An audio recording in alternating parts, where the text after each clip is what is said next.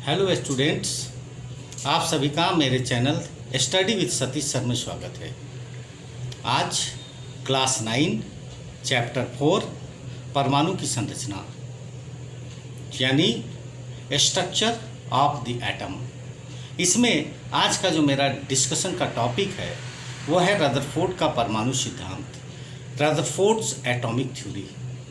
Rutherford chemistry के लिए बहुत जाना पहचाना नाम, जिन्होंने परमाणु की संरचना को पहली बार वैज्ञानिक आधार पर वो परिभाषित किया था।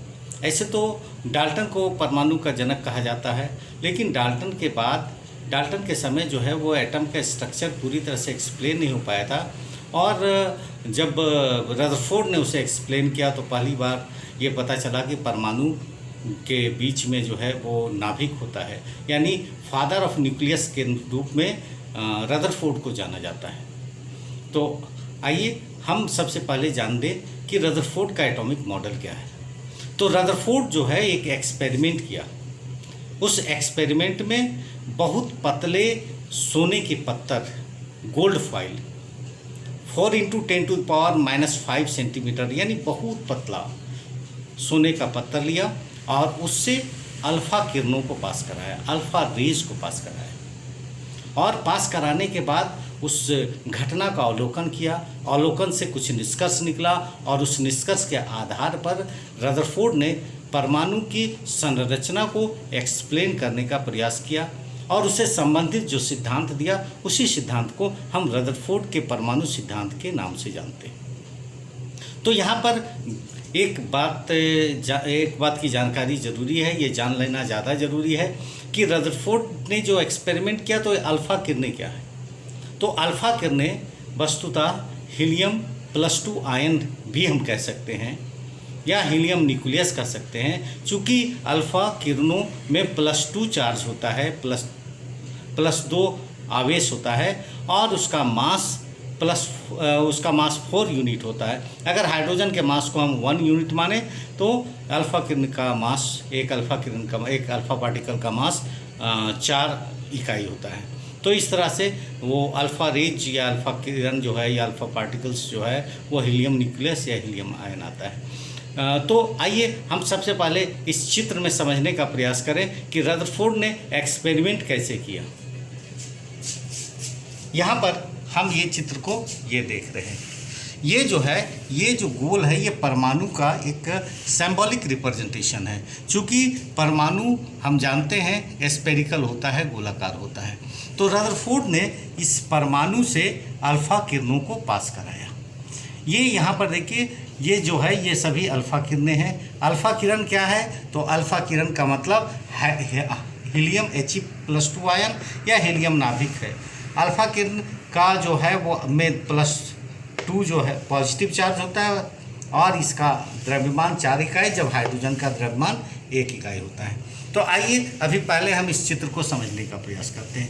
ये जब ये अल्फ़ा किरणों को पास कराया तो यहाँ पर क्या उन्होंने देखा कि अधिकांश अल्फ़ा किरणें ये गोल्ड फॉइल जो है, सोने के पतले पत्थर या पन्नी जो है, उससे दूसरे तरफ निकल जाती बिना किसी विचलन का। ये देखिए, ये रे जो है वो बिना किसी विचलन का स्ट्रेट लाइन में जो है वो बाहर दूसरी तरफ निकल जा रहा है। दूसरा वो ऑब्जर्वेशन ये किया, उन्होंने अवलोकन किया कि कुछ अल्फ़ा किरणों में बाहर की तरफ विचलन होता है। यहाँ पर देखिए, ये बाहर की तरफ, ये बाहर की तरफ, ये जो है ये बाहर की तरफ, ये बाहर की तरफ, और बहुत कम, लगभग 12,000 में एक अल्फ़ा किरण ऐसी है जो जाने के बाद वापस आ जा रही है, यानी 180 डिग्री सेंटीग्रेड पर जो 180 डिग्री पर जो है वो वापस लौट आती है। तो रदरफोर्ड जो है, रदरफोर्ड का ये एक्सपेरिमेंट है जो कि स्कैटरिंग एक्सपेरिमेंट कहलाता है। तो यहाँ पर एक्सपेरिमेंट में उन्होंने क्या देखा कि अधिकांश अल्फ़ा किरणें गोल्ड फॉइल से बिना किसी विचलन के वो दूसरी तरफ चली जाती है। दूसरा वो देखा कि कुछ अल्फ़ा किरणें बाहर की तरफ विचलित हो रही है और बहुत कम अल्फ़ा किरणें, लगभग 12,000 में एक अल्फ़ा किरणें ऐसी है जो कि वापस आ रही है।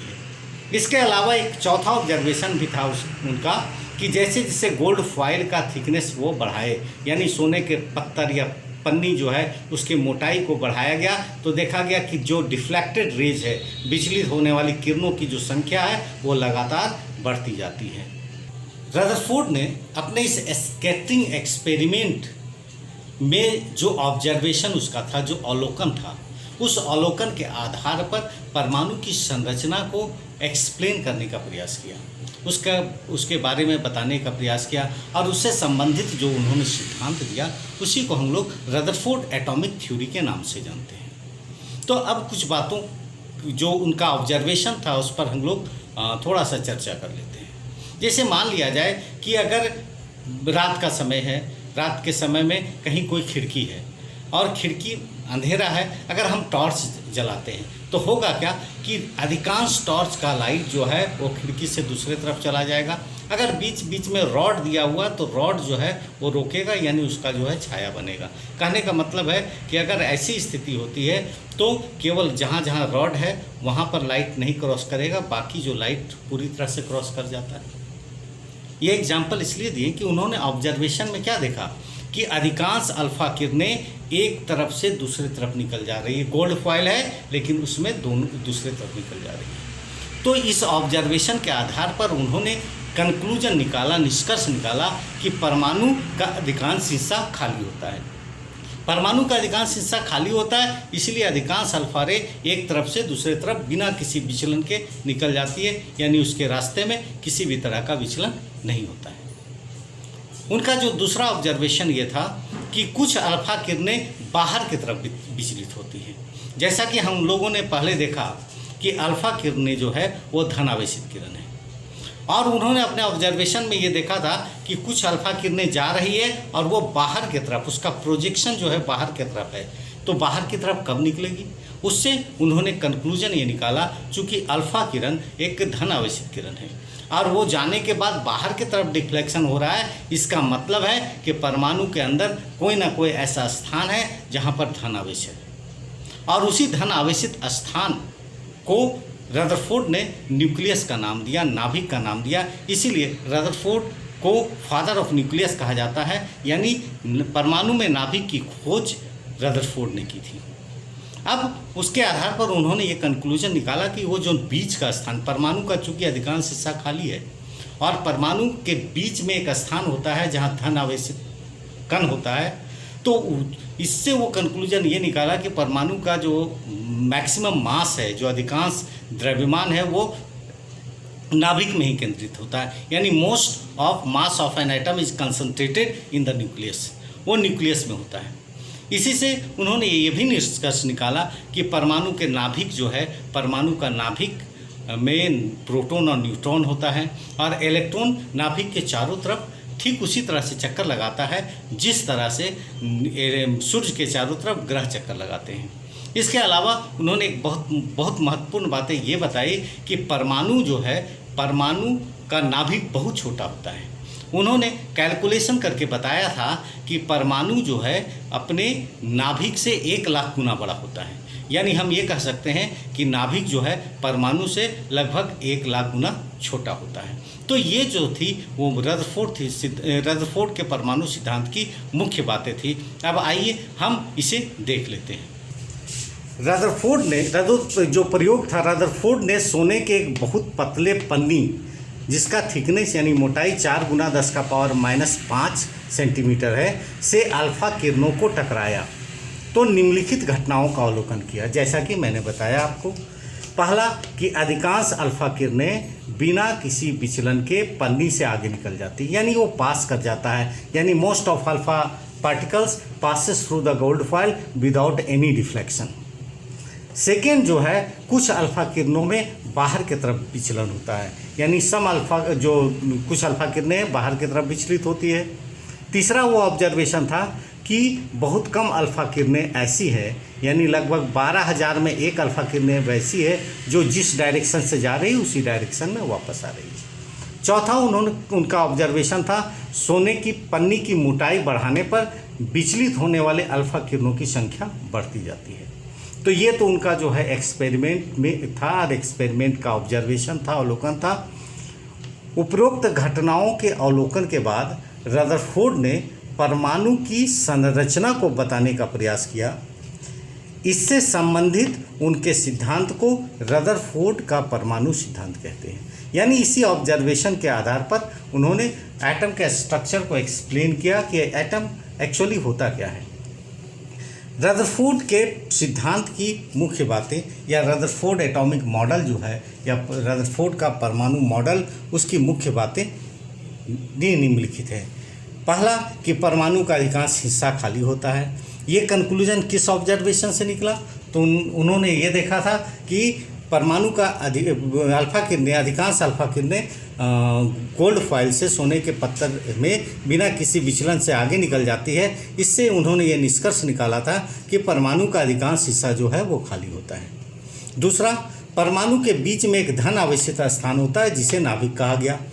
चूँकि अल्फा किरणें धन आवेशित किरण है, वो जा रही है और जाने के बाद बाहर की तरफ विचलन हो रहा है, तो हम लोग जानते हैं कि ये समान आवेश जब होता है तभी विकर्षण होता है। और चूँकि अल्फा किरणें धन आवेशित किरण है, वो बाहर की तरफ विचलित हो गई, इसका मतलब वहाँ पर कोई ना कोई धन आवेशित स्थान है। उसी धन आवेशित स्थान को रदरफोर्ड ने नाभिक नाम दिया। इसीलिए रदरफोर्ड को फादर ऑफ न्यूक्लियस या नाभिक का जनक कहा जाता है।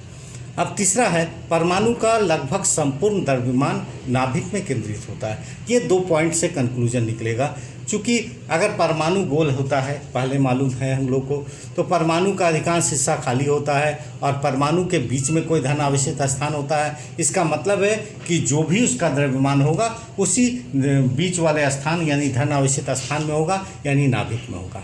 उन्होंने ये कहा कि नाभिक में प्रोटॉन और न्यूट्रॉन रहते हैं। नाभिक परमाणु से बहुत छोटा होता है, लगभग 1 लाख गुना छोटा होता है, जैसा मैंने बताया। या हम इसको कह सकते हैं कि परमाणु अपने नाभिक से 1 लाख गुना बड़ा होता है।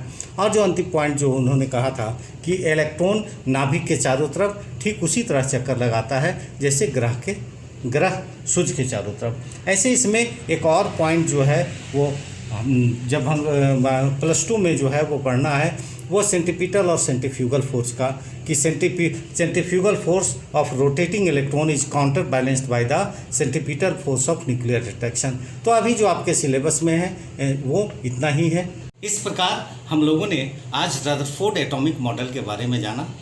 इसकी मुख्य बातें यही है कि परमाणु का अधिकांश हिस्सा खाली होता है, परमाणु के बीच में एक धन आवेशित स्थान होता है जिसे हम नाभिक या न्यूक्लियस कहते हैं। परमाणु का अधिकांश द्रव्यमान उसी नाभिक में केंद्रित होता है। परमाणु के नाभिक में प्रोटॉन और न्यूट्रॉन होता है। प्रोटॉन धन आवेशित किरण है, धन आवेशित कण है, और न्यूट्रॉन जो है उदासीन होता है। परमाणु का आकार अपने नाभिक से 1 लाख गुना बड़ा होता है, या फिर नाभिक परमाणु से 1 लाख गुना छोटा होता है। और इलेक्ट्रॉन नाभिक के चारों तरफ ठीक उसी तरह से चक्कर लगाता है जिस तरह से ग्रह सूर्य के चारों तरफ चक्कर लगाते हैं। तो आज के इस वीडियो में इतना ही। उम्मीद है आप सभी को मेरा ये वीडियो पसंद आया होगा। अगर आपको मेरा ये वीडियो पसंद आया है तो प्लीज़ लाइक, शेयर और सब्सक्राइब ज़रूर कीजिएगा। Thank you.